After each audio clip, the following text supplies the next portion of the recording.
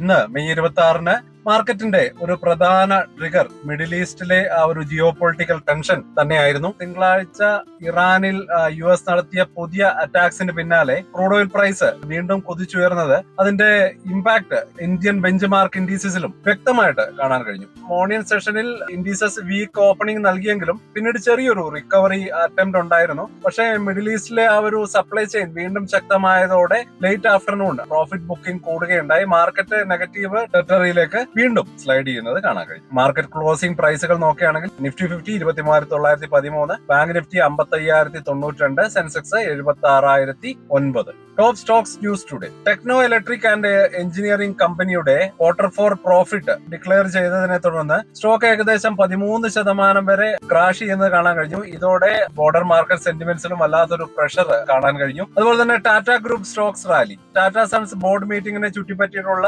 എക്സ്പെക്ടേഷൻസും മാർക്കറ്റിൽ നല്ലൊരു positive bias സൃഷ്ടിച്ചിട്ടുണ്ടായിരുന്നു. ഫ്യൂച്ചർ ബിസിനസ് സ്ട്രാറ്റജീസും പോസിബിൾ IPO ഡിസ്കഷനും ഒക്കെ മുന്നിൽ കണ്ട് ടാറ്റ ബാക്ക്ഡ് കമ്പനീസ് ആയിട്ടുള്ള തേജസ് നെറ്റ്വർക്ക് ഏകദേശം 7%, ടാറ്റ ഇൻവെസ്റ്റ്മെന്റ് കോർപ്പറേഷൻ 3% വരെയും റാലി ചെയ്തു. കോൺകോർ അഥവാ container corporation of India institutional selling പ്രഷറും അതുപോലെ തന്നെ വീക്ക് മാർക്കറ്റ് സെന്റിമെന്റ്സും കാരണം കോൺകോർ ഷെയർസ് ഇൻഡസ്ട്രി ട്രേഡിൽ 7%-ലധികം ഇടിയുന്നത് കാണാൻ കഴിഞ്ഞു. എന്തായാലും ഇന്നത്തെ നിഫ്റ്റി 50 ടോപ്പ് ഗെയിനേഴ്സ് ആരൊക്കെയാണെന്ന് നോക്കാം. Adani Enterprises, Tata Motors passenger vehicles, അതുപോലെ തന്നെ ടെക് മഹീന്ദ്ര. ടോപ്പ് ലൂസേഴ്സ് നോക്കുകയാണെങ്കിൽ Apollo Hospitals, Wipro and Bharti Airtel. Overall market sentiments നോക്കുകയാണെങ്കിൽ rising crude oil price, geopolitical uncertainty, profit booking, ഈ ഒരു പ്രഷർ എല്ലാം മാർക്കറ്റിന് വല്ലാതെ ഒരു കൺസേൺ ആയിരുന്നു. തീർച്ചയായിട്ടും ഒരു കോഷ്യസ് മോഡിലേക്ക് തള്ളിയിട്ട ദിവസം തന്നെയായിരുന്നു ഇന്ന്. അപ്പോൾ ഇത്രയുമാണ് ഇന്നത്തെ മാർക്കറ്റിന്റെ ഒരു മൊത്തം അവലോകനം. കൂടുതൽ മാർക്കറ്റ് വിശേഷങ്ങളുമായിട്ട് നാളെ വീണ്ടും കാണാം. അതുവരേക്കും ഹാപ്പി ഇൻവെസ്റ്റിംഗ്. ബൈ.